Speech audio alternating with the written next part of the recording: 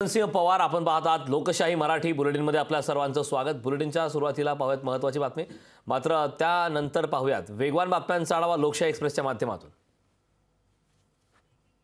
एक breaking news पाहूया। बारामतीच्या सभेत मुख्यमंत्र्यांची फटकेबाजी पाहायला मिळाली। शिवसैनिकांना घड्याळाची सवय नाही असं शिंदेंनी म्हटलंय। शिवसैनिकांनी घड्याळाचं बटन दाबायचं असं शिंदेंनी म्हटलंय। विकास कामांना द्यायची गती, जिंका बारामती असं एकनाथ शिंदेंनी म्हटलंय।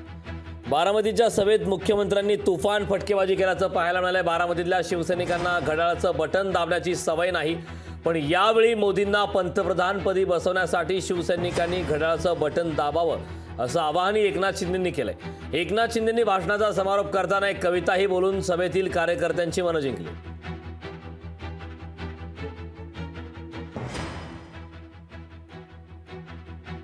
आणि आपलं बघायचं काय, घड्याळ बघायचं। शिवसैनिक आलेले आहेत, तरी घड्याळ दाबायची सवय त्यांना नाही, पण आता घड्याळ दाबलंच पाहिजे। घड्याळ तुम्ही दाबल्यावरच ते मत मोदीजींना जाणार आहे। त्यामुळे महायुतीमध्ये आपण आहोत आणि त्यामुळे आपण आपलं एक एक मत अमूल्य आहे। आणि जिकडे धनुष्यबाण आहे घड्याळवाल्यांनो, ते धनुष्यबाणावर बटन दाबा। तिकडं सुनेत्राताईंना भरघोस मताने निवडून आपल्याला आणायचं आहे।